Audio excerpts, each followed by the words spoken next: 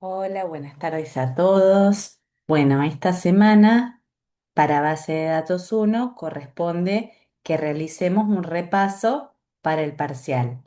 Recordemos que en el parcial se van a incluir de la unidad uno hasta la unidad 4. Ahora vamos a repasar un poco los conceptos propuestos en esas unidades y los vamos a analizar. Bueno, recuerdan que en la primera unidad habíamos visto, por ejemplo, la diferencia que existe entre dato e información, que no son lo mismo, ¿sí? Un dato es un valor aislado que carece de contexto y que no puede interpretarse, ¿sí? Es un hecho registrado, como puede ser, por ejemplo, una edad, un nombre, un domicilio. Información, cuando nos referimos a información, ya nos referimos al dato procesado con un contexto. Por ejemplo, Juan vive en Colón 135. ¿Sí? Tiene sentido para el que lo recibe. El concepto de sistema de información, sí, tiene que ver con personas, procesos, datos y tecnología trabajando todos juntos, ¿sí? Y en comparación con una base de datos, podemos decir que una base de datos es una estructura organizada de datos, ¿sí? De determinada manera que esos datos pueden ser accesibles, ¿sí? Pueden guardarse información y puede recuperarse esa información. Bueno, ¿cómo evolucionó el problema? Sí, al principio los registros que se hacían de los datos se hacían en papel, ¿sí? Después con el advenimiento de las computadoras pasamos al uso de archivos planos, donde la información permitía almacenar gran cantidad de información, la información se accedía de manera secuencial, ¿sí? No podíamos controlar el tema de la redundancia, de los datos que se repiten, por lo tanto había inconsistencia y el acceso a la información era más difícil. ¿Sí? Después se pasó a un modelo jerárquico y luego de red que venían a solucionar algunas falencias que tenían los archivos planos. ¿Sí? Después surgió el modelo relacional que propone CODE en 1970.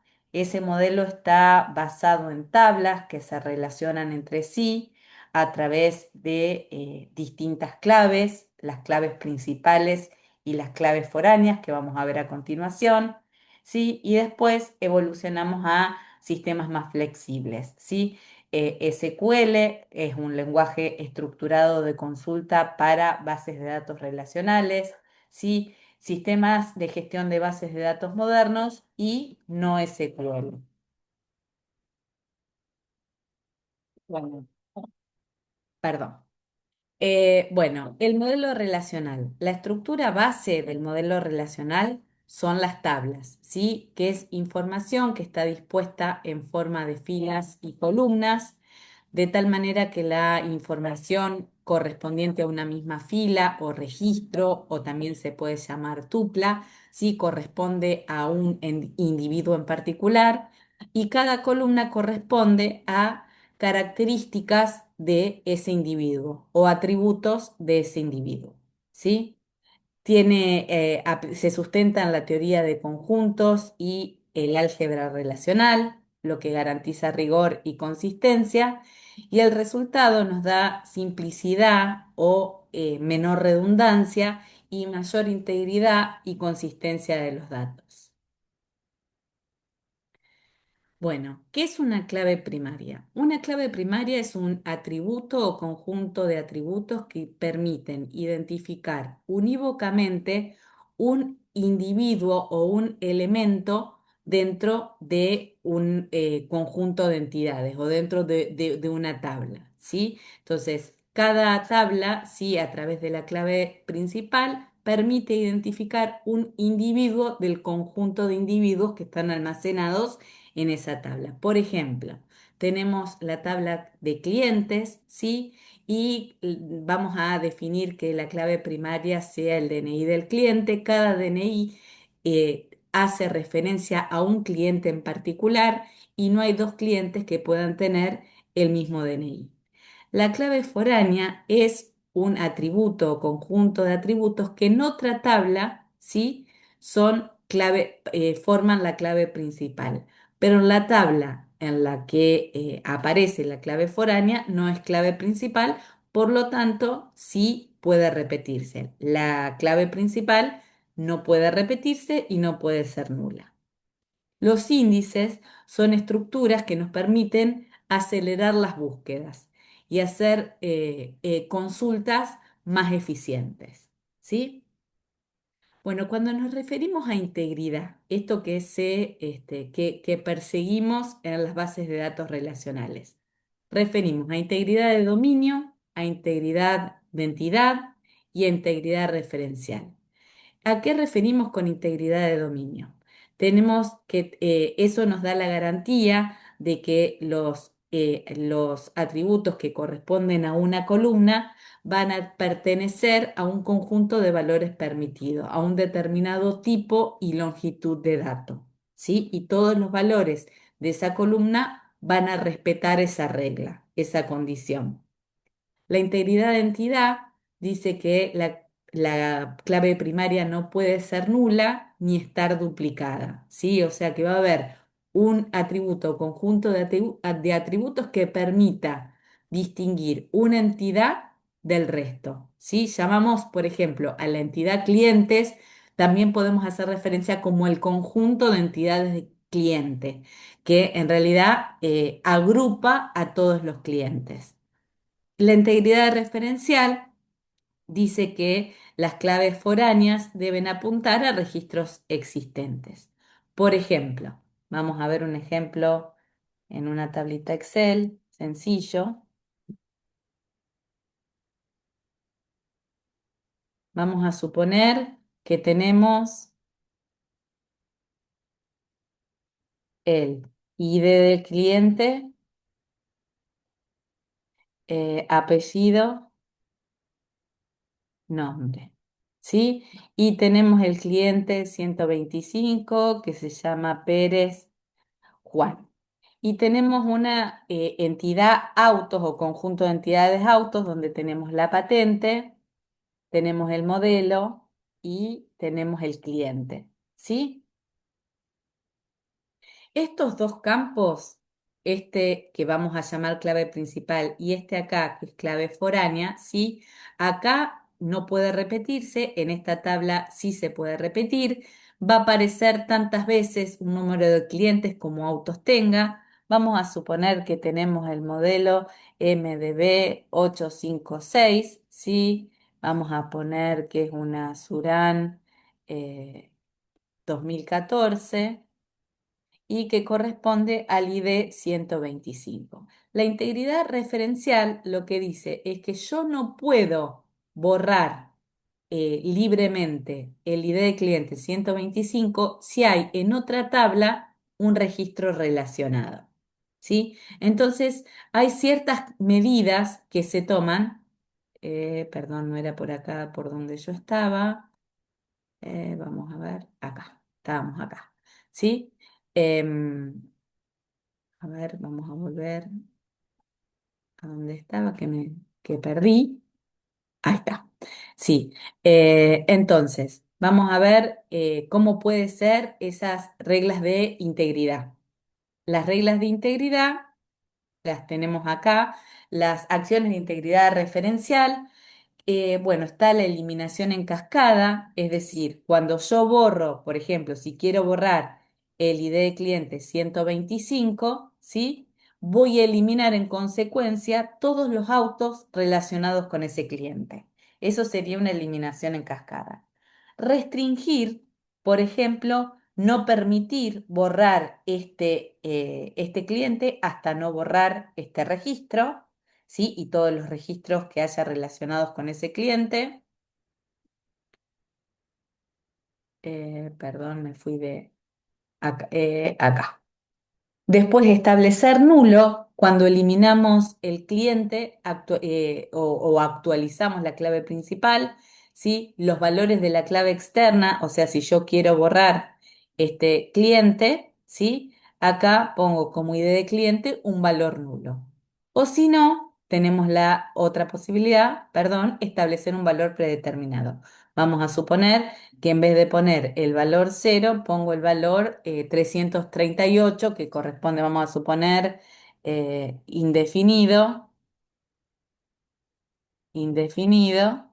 Entonces, cuando yo voy a borrar este, ¿sí? Le pongo por defecto acá el 338, ¿sí? Esa sería los tipos de acciones de integridad referencial.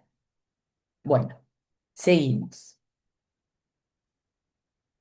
Bueno, antes de crear las tablas hay que pensar en el modelo, ¿sí? El proceso de diseño de, el modelo de una base de datos parte del modelo entidad-relación y la aplicación concreta, que es el diagrama entidad-relación. En el diagrama entidad-relación nos encontramos con entidades que son objetos del mundo real, que pueden ser concretos o abstractos, ¿sí? Puedo tener la entidad clientes, ¿sí? Donde existen clientes físicos y puedo tener la entidad, por ejemplo, materias, ¿sí? Que sería una entidad abstracta, ¿sí? Los atributos, perdón, también podemos decir que hay entidades débiles y fuertes. Débiles son aquellas que para identificarse, ¿sí? Necesitan también de un identificador de la tabla de la que dependen, ¿sí? Dependen las entidades débiles de una entidad fuerte.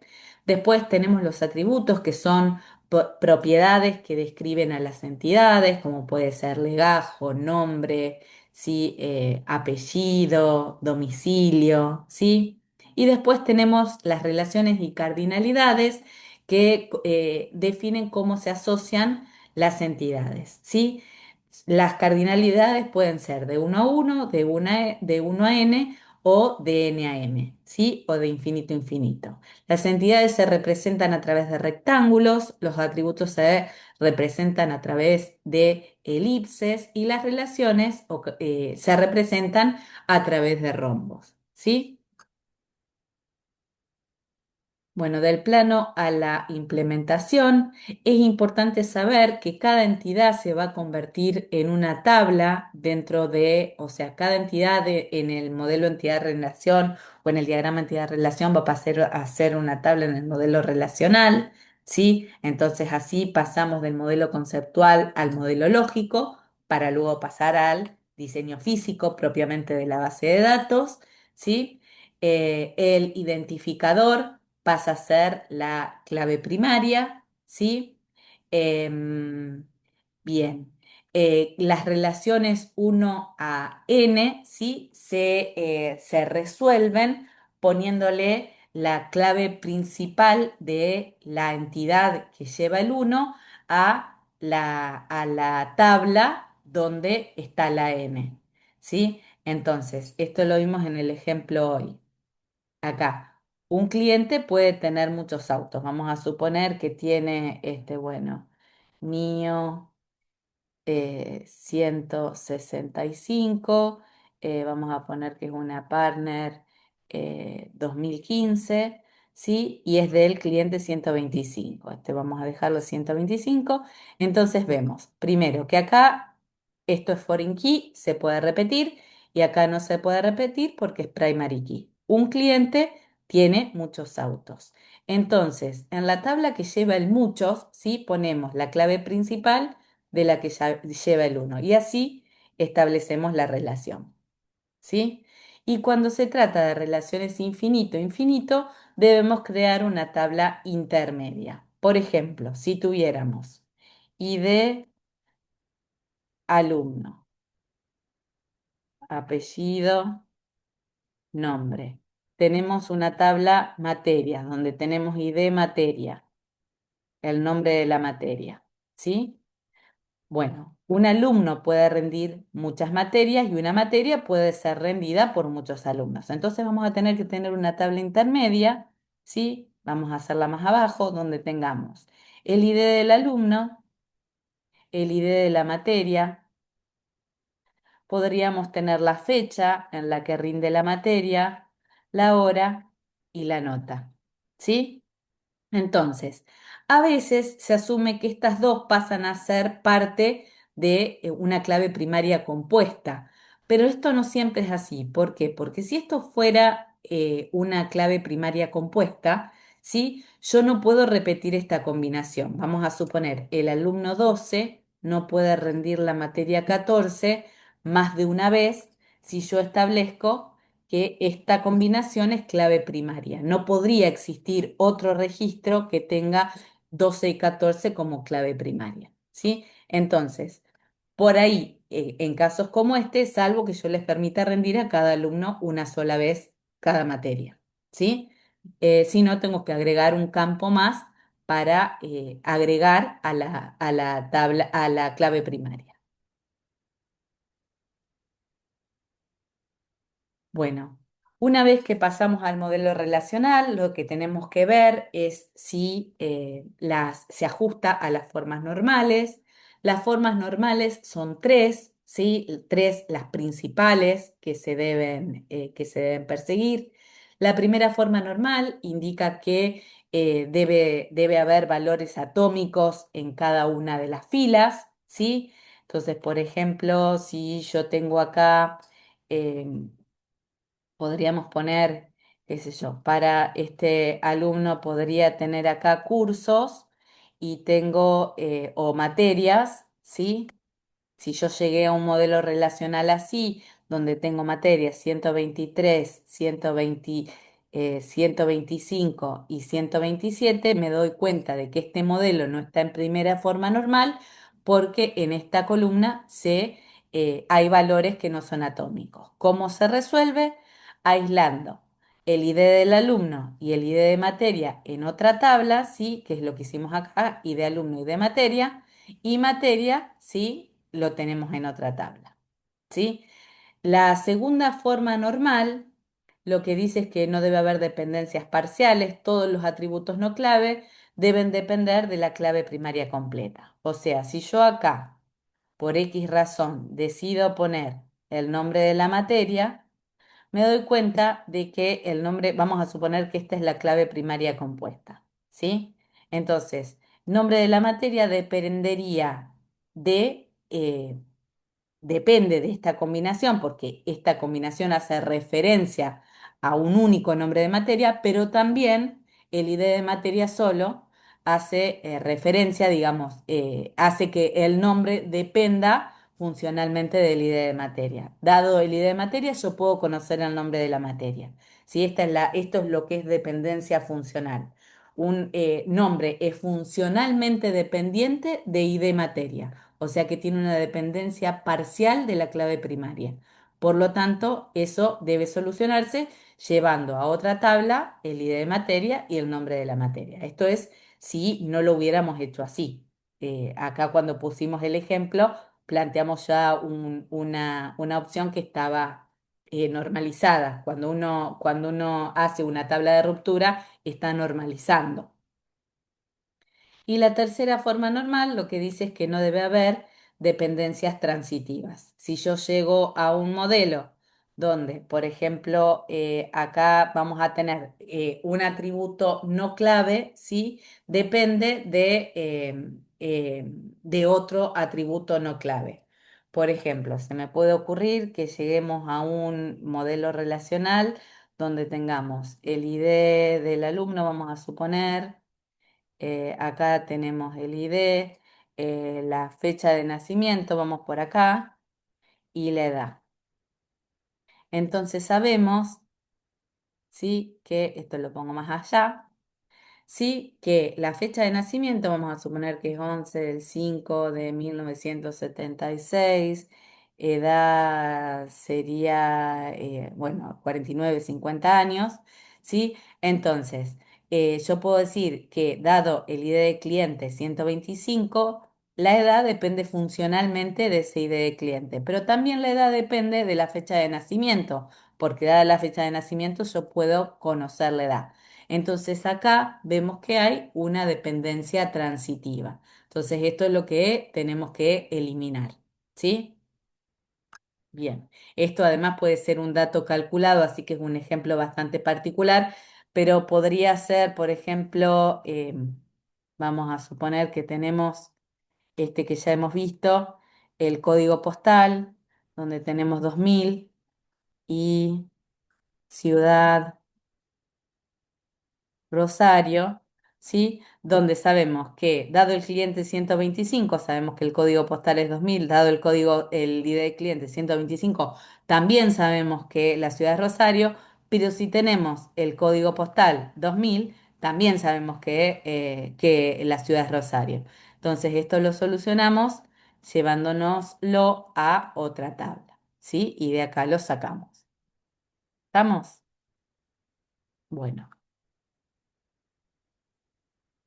Bueno, y de normalizar, que es lo último que estuvimos viendo y es lo que vimos en la micro teaching de la semana pasada y creo que repasamos también en la anterior, donde vemos que la denormalización a veces es necesaria, ¿sí? Romper con alguna de las formas normales para ganar velocidad en los joins. Entonces, por ejemplo, si yo quiero acá directamente poner Ciudad Rosario,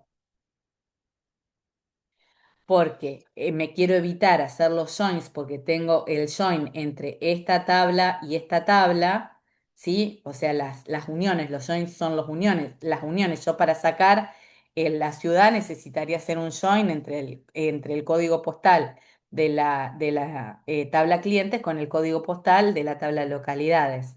Entonces, si yo quiero evitar eso porque tengo una cantidad de consultas muy frecuente donde necesito saber la ciudad del cliente, puedo decidir hacer una denormalización controlada, ¿sí? Donde tengo que tener en cuenta si por X motivo yo cambio acá el nombre de la ciudad de Rosario, modificarlo en todos los registros que están relacionados y que eso lo implementábamos a través de triggers, ¿sí? Bueno, creo que eh, con esto terminamos, ¿sí? Esto es el compendio de cosas que vimos en este pequeño repaso y que son las que tenemos que tener en cuenta a la hora de rendir el parcial. Bueno, cualquier duda, no duden en escribirme. Hice un repaso que fuera rápido para que les resulte ágil a ustedes pasar por todos los contenidos. Y bueno, les agradezco mucho y estamos en contacto.